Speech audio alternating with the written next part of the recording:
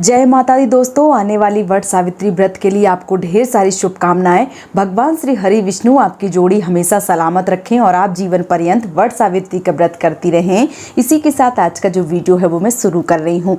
दोस्तों, आज मैं कुछ ऐसी चीज़ों का वर्णन करने वाली हूँ, कुछ ऐसी चीज़ें आपके सामने रखने वाली हूँ जो चीज़ें अगर आप वट वृक्ष के समक्ष चढ़ाती हैं, वट वृक्ष के पेड़ के नीचे चढ़ाती हैं, तो आप यकीन मानिए आपके पति की जो आयु है वो बहुत लंबी होगी। क्योंकि ये जो चीज़ें हैं ये आपके सुहाग से ही जुड़ी चीज़ें होती हैं और ये आप शादी के बाद ये जो चीज़ें हैं ये आपके लिए बहुत ही ज़्यादा अमूल्य होती हैं। क्योंकि बहुत सारी चीज़ें होती हैं, बहुत सारे सामान होते हैं, बहुत सारे मेकअप होते हैं या बहुत सारी ज्वेलरी होती है जो हम पहन सकते हैं शादी के पहले, लेकिन कुछ ऐसी चीज़ें हैं जो हम केवल शादी के बाद ही पहनते हैं। सबसे पहले नंबर अगर मैं बात करूं तो सबसे पहला नंबर है सिंदूर।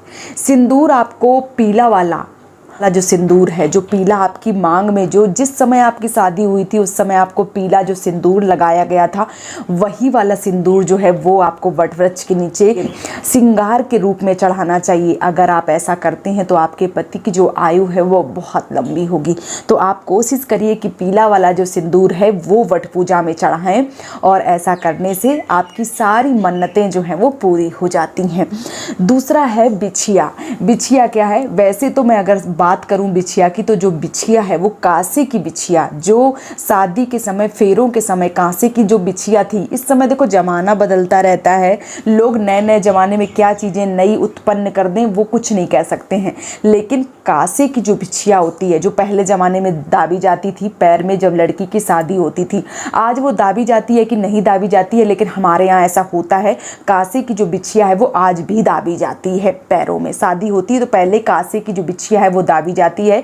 उसके बाद ससुराल जाने से पहले या ससुराल पहुंचने के बाद एक रस्म होती है हमारे यहाँ, तब जो बिछिया है वो बल्दवा के चांदी की जो बिछिया है वो पहना दी जाती है।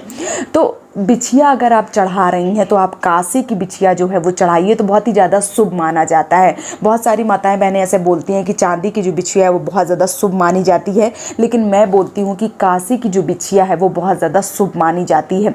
लेकिन अगर आप कांसे की जो बिछिया है वो नहीं चढ़ा सकते, बार क्या होता है कांसे की जो बिछिया है वो नहीं मिलती है। अगर नहीं मिलती है तो ऐसे में आप चांदी की जो बिछिया है वो चढ़ा सकते हैं, लेकिन पूजा में आपको बिछिया जो है वो ज़रूर चढ़ानी चाहिए। बिछिया का बहुत ज़्यादा महत्व है। अगर मैं सीधा सीधा बोलूं तो जो सिंदूर और जो बिछिया है वो शादी से पहले हम कभी भी नहीं पहन सकते हैं, लेकिन शादी के बाद ये दो चीज़ें हैं जो हमारे लिए बहुत ज़्यादा महत्वपूर्ण होती हैं। और बिछिया और जो सिंदूर है वो हमारी शादी का सबसे बड़ा सुहाग होता है। इस वजह से जो बिछिया है वो वट वृक्ष के नीचे जरूर चढ़ाइए। अब जो बिछिया है वो वट वृक्ष के नीचे चढ़ा देना है। उसके बाद बहुत सारी माताओं बहनों का ये प्रश्न आएगा कि दीदी चांदी की जो बिछिया है या कांसे की जो बिछिया है वो हम वहीं वट वृक्ष के नीचे ही छोड़ के आ जाएं। तो नहीं भाई, आपको ऐसा नहीं करना है। प्रसाद के रूप में आपको जो बिछिया आपने चढ़ाई है वो प्रसाद के रूप में आपको उठा के लाना है, और उसके बाद पूजा जब आपकी हो जाएगी, आप जो श्रृंगार है वो उठा के ले आएंगी, तो आप घर आने के बाद कुछ मीठा पदार्थ खाने के बाद आपको जो बिछिया है वो पहन लेनी चाहिए प्रसाद के रूप में। तीसरा जो है वो है आलता। पैरों में जो लगाने वाला रंग, माहुर, आलता, आप जिस भी नाम से जानते हो, वो आपको ज़रूर चढ़ाना चाहिए। ऐसा माना जाता है कि अगर ऐसे पैर लेके जाती हैं आप वट वृक्ष की पूजा करने तो माता लक्ष्मी स्वयं आपको आशीर्वाद देती हैं कि आप हमेशा पतिव्रता रहें, आप हमेशा अखंड सौभाग्यवती रहें। इसलिए आपको आलता जो है वो ज़रूर चढ़ाना चाहिए। चूड़ी आपको वट वृक्ष में चढ़ानी चाहिए। बहुत सारी माताएं बहनें हैं जिस कलर की भी मिल जाती हैं उठा के चढ़ा देती हैं, लेकिन आपको लाल जो चूड़ी है वही पूजा में चढ़ानी चाहिए। लाल जो चूड़ी होती हैं उनका बहुत ही महत्व माना जाता है। बिंदी का पत्ता, बहुत सारी माताओं बहनों को मैंने देखा है मरून कलर की, डार्क कलर की जो बिंदी का पत्ता है वो मिल जाता तो बस वही लेके चढ़ा दिया, उनका काम जो है वो पूरा हो गया। आप कोशिश करिए कि जो बिंदी है वो लाल चढ़ाई जाए। लाल बिंदी बहुत ही ज़्यादा शुभ मानी जाती है, और जब भी आप वट वृक्ष को लाल जो बिंदी है वो चढ़ाती हैं तो ऐसा माना जाता है कि माँ दुर्गा लाल स्वरूप में, लाल साड़ी में, लाल हर चीज़ उनकी जो होती है वो लाल होती है। और वो जब लाल जोड़ा आपका देखती हैं तो वो बहुत ज़्यादा अत्यंत जो प्रसन्न है वो हो जाती हैं, और माता दुर्गा का भी जो आशीर्वाद है वो इस दिन आपको मिल जाता है। और जो जनेऊ है, जनेऊ का बहुत ही ज़्यादा महत्व है। इस दिन जनेऊ एक वट वृक्ष को पहनाया जाता है और एक स्वयं भी धारण करती हैं।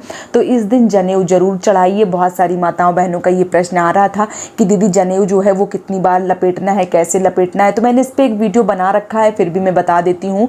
जनेऊ को आप कच्चा जो सूत है, जो कच्ची अड़िया है, उससे 12 बार आपको लपेटना है और फिर उसको ना जो पीली हल्दी है और उसी से आपको उसको रंगना है। 2 आपको जनेऊ बनाना है, दोनों को हल्दी से रंगना है। एक आपको वट वृक्ष के नीचे चढ़ा देना है, वट वृक्ष को पहना देना है और एक आपको स्वयं धारण कर लेना है।